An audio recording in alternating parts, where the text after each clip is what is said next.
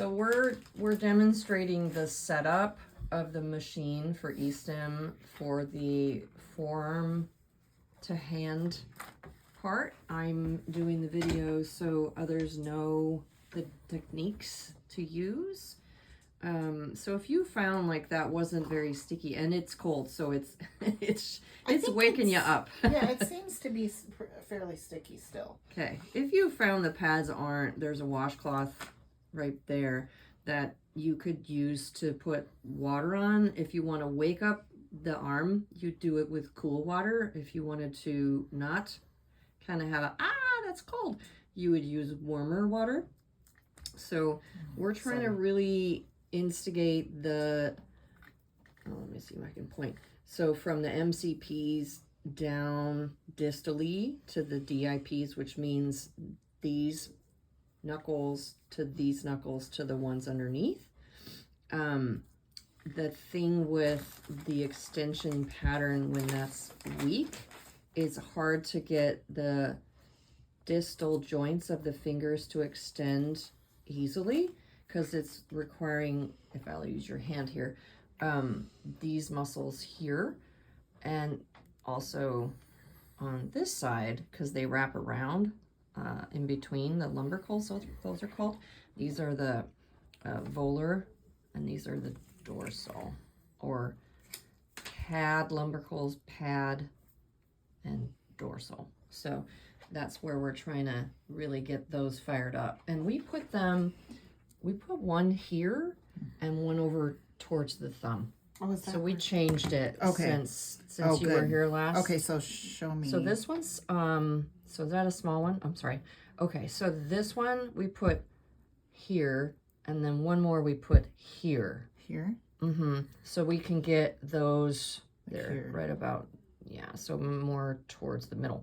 So what you can do if you're finding, you're like, oh, this has changed, I don't know where the motor units are. Those are the main parts to get the stim to the muscles going.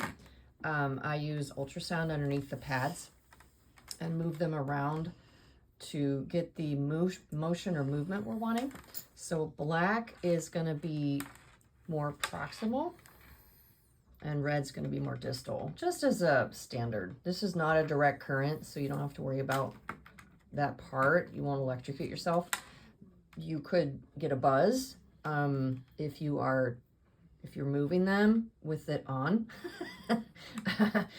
You'll feel that if your fingers are moving it around. So we're setting this machine based on how sensitive the feeling is of the machine. Remember when you turn it on, if you're gonna ramp up the intensity, ask the person who has the pads on their arm to do it, because they're gonna know more so than if you did it. And fortunately, our client here knows to stop the intensity going up once the machine goes to its off cycle. So yeah, so there's a waiting time here. I found for most people who are returning the sensory motor components of the forearm to hand benefit from a time off, time on cycle about the same amount. So it could be 45 seconds or 30, because the time their brain feels it, it might be after it's off. There's a delay there. And so what else can I tell you? Let's see. We had to lower the microseconds and the hertz down because it was too high to feel the machine. Do you feel it now? Not yet. Not yet. It was on when it first started. Okay, so you have to wait for the rotation.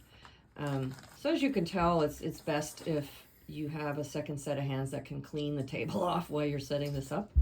And then what we're going to do for function here is we're going to bring in, see, I'm trying not to show your face. This, let me give you a pillowcase for that. Sorry, you're going to watch me come over here. Okay, so we're going to put this arm on the pillowcase here. Sorry for the movement. It's probably looking a little dizzying for some. This is kind of spontaneous here, so I thank them for letting me do it. The reason we're doing this part is because we want to use tenodesis. So last time the forearm, it was just too hard for the hand to bring the wrist up without that gravity position. Yes, there you go. So we start just with the movement and then we add the function in. And so we're trying to figure out, it's different every time. There's no consistency sometimes because change is happening. We might use a cone, we might use a clothespin, but always using the other side to help. Do you want to show? Yes. So these digits, it was really hard to get this part, so it's intrinsic minus to full extension. So he's using the other hand to watch so that we can use neuroplasticity when this is off, and then when it's on, he goes over here and helps with this hand to place and hold if possible. And then we use the function of grasp release. So does that seem to grab all of the information? Mm-hmm. Thank you. Yes.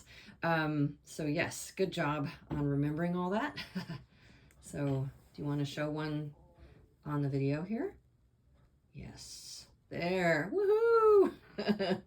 Yes. So what you're not seeing is the leg on that side is also being used because they're very close on the homunculus in the brain for the motor sensory component. You just have to remind your client to breathe. It's really easy to hold your breath.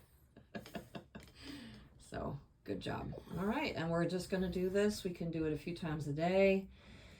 Breathing, no TV, no radio. Really focus on the arm, the hand, and then stop if you're overwhelmed or tired, and rest and sleep. As the client, knowing how hard this is to use the hand on the brain is imperative, so you don't feel like you shouldn't be tired. It's very tiring to do this. Okay. All right. Thank you for now. See you later.